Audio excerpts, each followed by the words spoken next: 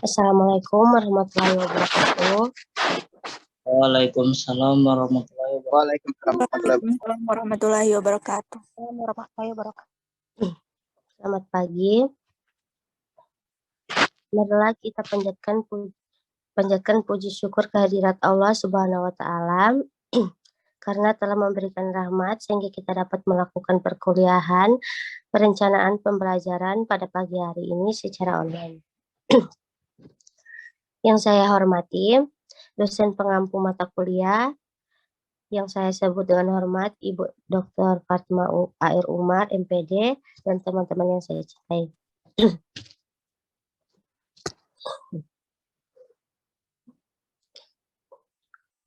Perkenalkan, saya Ririn Tranoko Ago sebagai moderator sekaligus pemateri pertama, Nur Arzaitun Salam sebagai pemateri ketiga, dan Mutiara Otolomo sebagai pemateri kedua.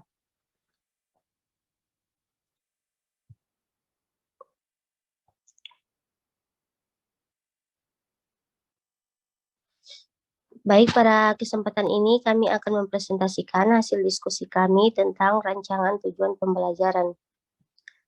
Terlepas dari moderator, saya akan membacakan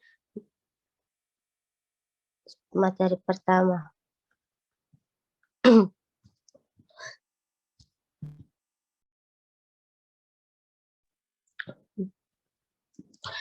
Pengertian tujuan pembelajaran.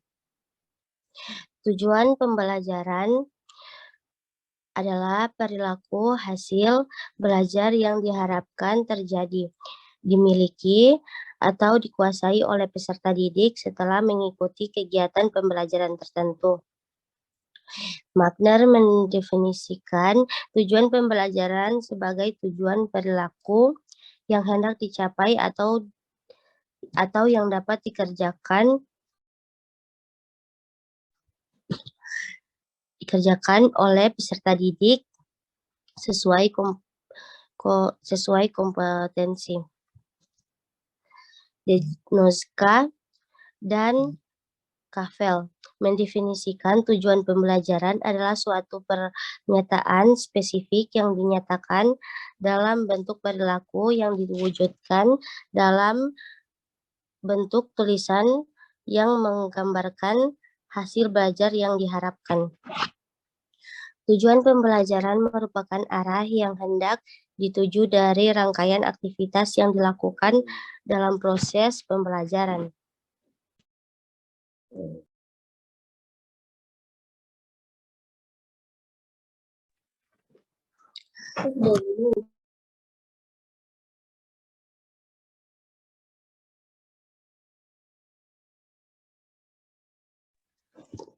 Selanjutnya, fungsi rumusan tujuan pembelajaran. Tujuan pembelajaran berfungsi sebagai acuan dari semua komponen rancangan atau desain instruksional. Oleh karena itu, tujuan pembelajaran dirumuskan secara tepat atau jitu sesuai dengan tingkah laku atau kemampuan aktual yang harus dimiliki oleh mahasiswa atau pelajar setelah selesai belajar sebagai suatu kebulatan kompetensi. Selanjutnya, manfaat perumusan tujuan pembelajaran. Adapun manfaat yang dapat diperoleh dari rumusan tujuan pembelajaran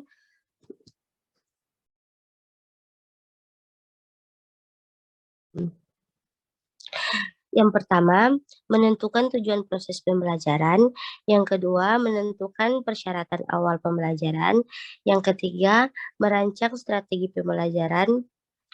Yang keempat, memiliki media pembelajaran. Yang kelima, menyusun instrumen evaluasi pembelajaran. Yang keenam, melakukan tindakan perbaikan pembelajaran. Baik, selanjutnya saya serahkan kepada Mutiara Otolomo selaku pemateri kedua. Ya, terima kasih moderator. Baik, berikutnya taksonomi Bloom. Taksonomi Bloom adalah struktur hierarki yang mengidentifikasi keterampilan berpikir mulai dari jenjang yang rendah hingga jenjang yang tinggi. Taksonomi Bloom pertama kali diterbitkan pada tahun 1956 oleh seorang psikologi pendidikan, yaitu Benjamin Bloom. Kemudian pada tahun 2021 direvisi oleh Cradwell dan para ahli aliran kognitivisme. Hasil revisi ini yang kita kenal dengan nama revisi taksonomi Bloom. Revisi yang kita buat hanya pada ranah kognitif dengan menggunakan kata kerja. Berikutnya.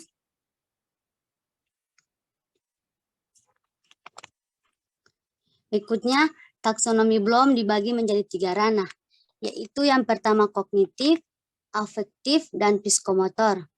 Berikutnya.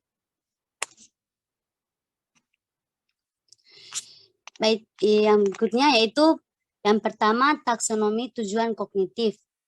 Kawasan kognitif meliputi tujuan pendidikan yang berkenaan dengan ingatan atau pengenalan terhadap pengetahuan dan pengembangan kemampuan intelektual dan keterampilan berpikir. Dalam kawasan kognitif ini, tujuan pendidikan dibagi menjadi 6 jenjang, yaitu yang pertama pengetahuan, kedua pemahaman, ketiga aplikasi, keempat analisis, kelima sintesis, dan keenam evaluasi. Keenam jenjang itu bersifat hierarkikal, dimulai dari jenjang yang paling bawah, yaitu pengetahuan, dan sampai ke jenjang yang paling tinggi, yaitu evaluasi. Artinya, jenjang di bawah menjadi persyaratan untuk jenjang di atasnya. Jenjang yang di bawahnya itu harus dicapai lebih dahulu agar dapat mencapai jenjang yang di atasnya. Berikutnya. Yang kedua, taksonomi tujuan afektif. Cradwell, Bloom, dan Mason menunjukkan suatu perilaku tanpa menggunakan contoh visual maupun petunjuk tertulis dan melakukan dengan lancar, tepat, seimbang, dan akurat. Yang keempat, artikulasi. Peserta didik diharapkan untuk menunjukkan serangkaian gerakan dengan akurat, urutan yang benar, dan kecepatan yang tepat. Yang kelima, naturalisasi. Peserta didik diharapkan melakukan gerakan tertentu secara spontan atau otomatis. Peserta didik melakukan gerakan tersebut tanpa berpikir lagi lancar melakukan dengan urutannya. Saya kembalikan kepada moderator. Terima kasih Mutiara Utomo. Selanjutnya saya serahkan kepada Nur Aliatun Salam selaku pemateri ketiga.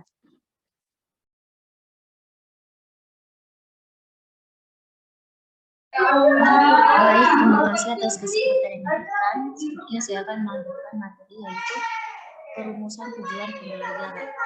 Perumusan tujuan pembelajaran baik perlu melibatkan unsur-unsur yang dikenal dengan ABCD yang berasal dari 4 kata sebagai berikut. Pertama A, audience, B, behavior, C, condition, D, degree.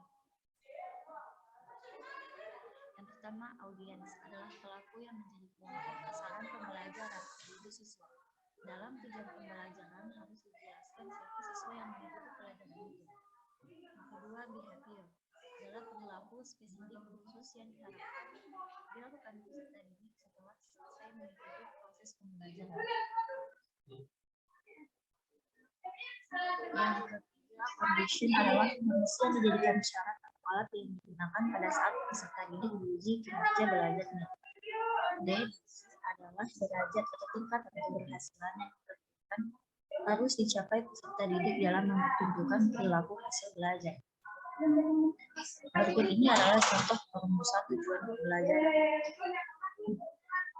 Diberikan gambar itu adalah C, bahan dan alat-alat. Mahasiswa jurusan bangunan FTPG adalah A, dia ada audiens, dapat membuat alat B, dia ada behavior atau sesuatu yang harus dilakukan. Sebuah tugas tertentu yang harus selesai dalam waktu 140 menit dan hasilnya memenuhi standar industri adalah D, atau bridging atau tingkatan. Oke, baik, selanjutnya saya kembalikan kepada moderator.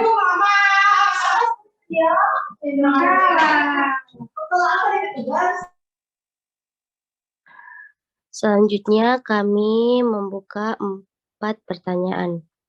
Kepada teman-teman yang ingin bertanya, dipersilahkan.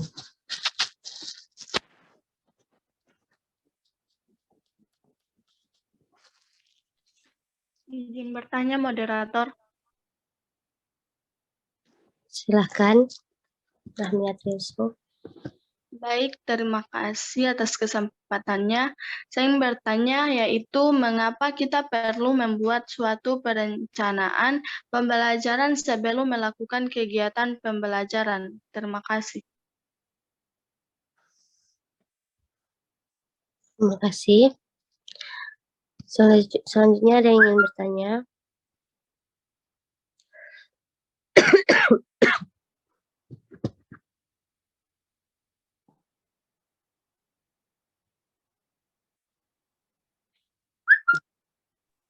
Izin bertanya, moderator.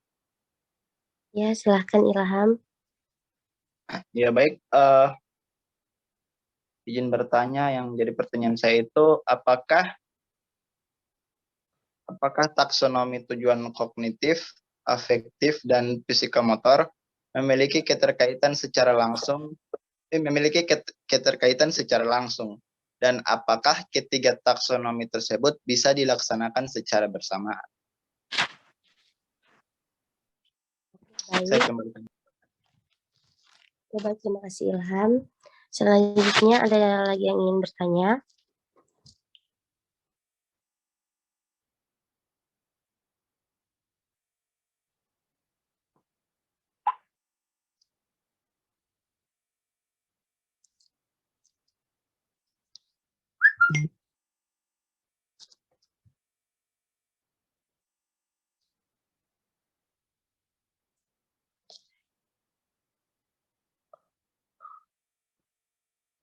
Baik, saya persilahkan dulu untuk rekan saya untuk menjawab pertanyaan dari Ilham dan Rahmiati Yusuf. Izin masuk, moderator. Ya,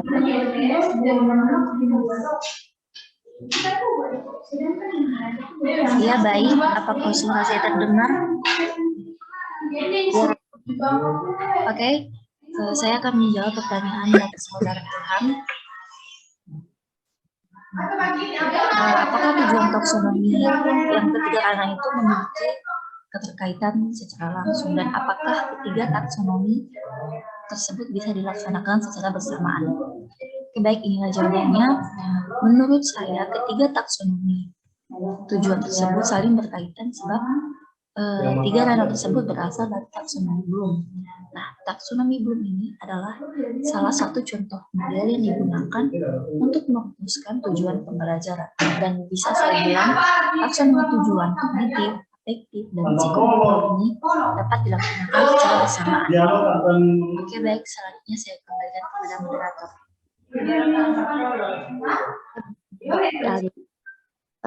Apakah jawaban diterima, Ilham? Iya, bisa diterima, moderator. Baik, terima kasih. Rekan saya ada yang ingin menjawab pertanyaan dari Rahmiati. Izin masuk, moderator. Ya, silahkan, Tiara Utomo.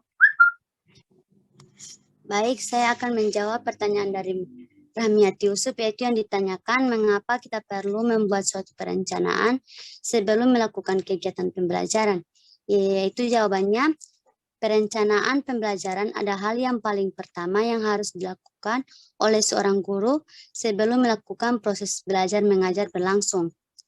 Persiapan guru sebelum mengajar itu salah satunya membuat RPP. Dengan adanya RPP, guru tidak perlu lagi bingung menentukan metode, bentuk penilaian, materi, dan lain sebagainya saat mengajar. Karena semua itu sudah tertuang dalam RPP. Terima kasih, moderator. Baik, terima kasih untuk Saudara Ramiati. Apakah bisa diterima jawaban dari rekan saya? Iya, sudah bisa diterima. Terima kasih, moderator. Ya.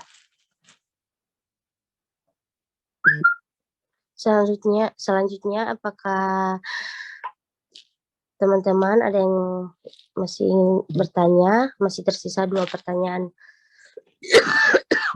Izin bertanya, moderator. Silahkan, Feramita Umar. Mengapa seorang pendidik wajib membuat rancangan pembelajaran, dan bagaimana jika seorang pendidik tidak merencanakan strategi pembelajaran ketika mengajar? Terima kasih. Baik, terlepas dari moderator, saya akan menjawab pertanyaan dari Feramita Umar.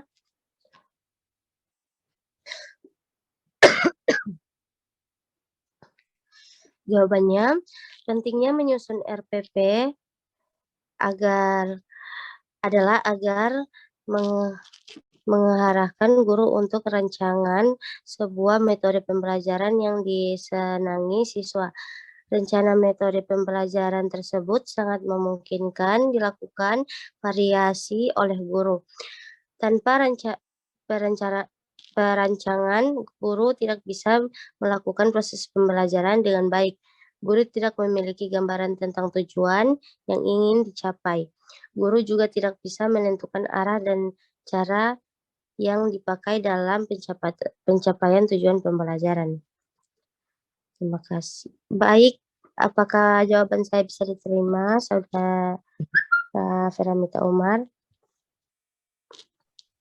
Iya, bisa, moderator. Terima kasih. Selanjutnya, tersisa 1 pertanyaan. Apakah dari teman-teman masih ada yang ingin bertanya? Ya, izin masuk, moderator. Ya, silahkan. Ya, pertanyaan saya, bagaimana jika seorang pendidik tidak merencanakan strategi pembelajaran ketika mengajar? Baik, terima kasih. Oke, baik. Terima kasih, Isal. Apakah dari rekan-rekan saya ada yang ingin menjawab pertanyaan dari Isal? Izin masuk, moderator.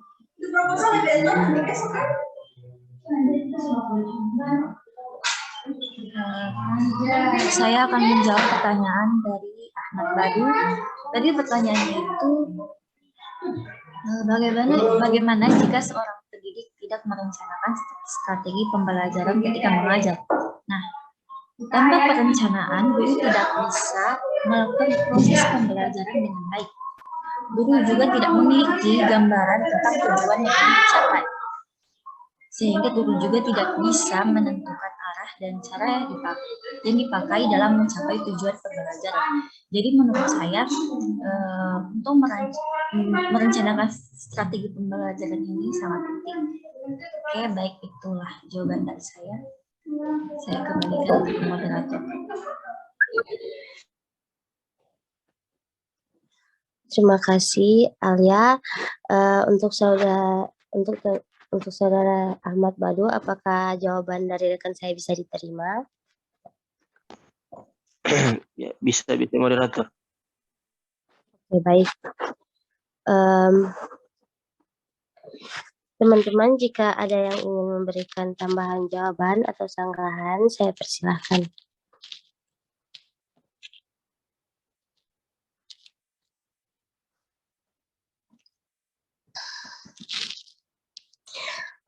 Jika tidak ada, maka presentasi pada pagi hari ini saya tutup. Jika ada salah-salah kata atau salah penyebutan, saya memohon maaf. Wassalamualaikum warahmatullahi wabarakatuh. Waalaikumsalam warahmatullahi wabarakatuh.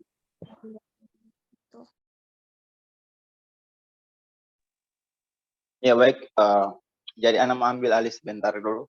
Tapi sebenarnya berakhir sih, karena kayaknya Cibu belum bisa gabung sekarang. Kasih henti dulu DP record. Belum UN. Iya, saya berhenti deh record.